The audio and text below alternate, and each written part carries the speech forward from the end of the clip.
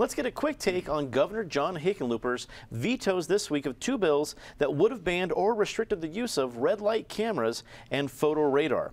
Patty Calhoun from Westward, these vetoes were expected. This wasn't a surprise, but Governor Hickenlooper seemed to offer at least some way to maybe some future regulation of the issue. What do you think?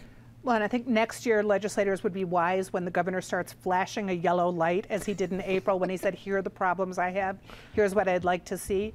They might want to consider making those amendments so he will pass the bills. I think we'll see the bills come back, and I think they will pass next year, and the governor will sign them in if it has the caveats he mentioned. Also, kudos to him for vetoing that crazy payday loan bill that went through at the very end that no one apparently paid attention to. David Kopel from the Independence Institute and DU Law School.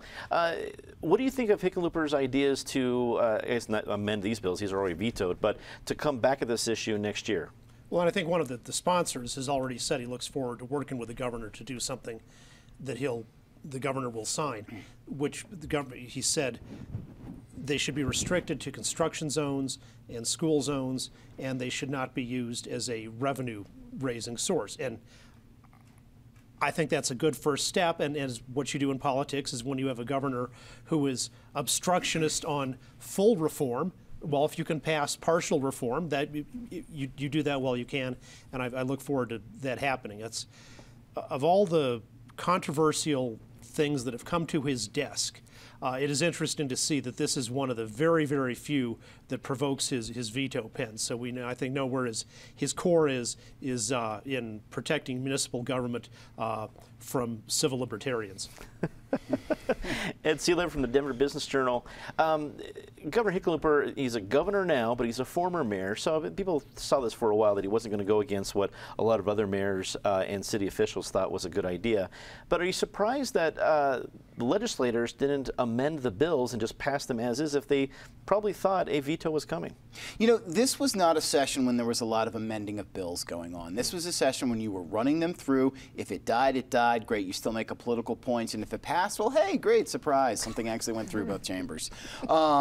It's interesting to see the groups that hold the most sway with Hickenlooper, and the Colorado Municipal League is certainly one of them. You know, as a 7-year mayor, he understands what it means to run a city. And the reason I mention that is not that this veto was surprising, but it was so surprising then that he actually signed urban renewal reform into law less than a week beforehand, when the Municipal League had come out, and even banks had come out and say, if you sign this, we're going to stop funding urban renewal projects. So it's just very interesting. This one wasn't a surprise, but it's very interesting to see he actually did buck maybe his most consistent supporter in the Municipal League. And Ben Gill, public affairs consultant, first time to the table, so we appreciate you being here. Wrap it up for us. You know, I think, as they all alluded to, it wasn't any surprise, and I think given the governor's history as being a mayor, he does tend to defer to local control.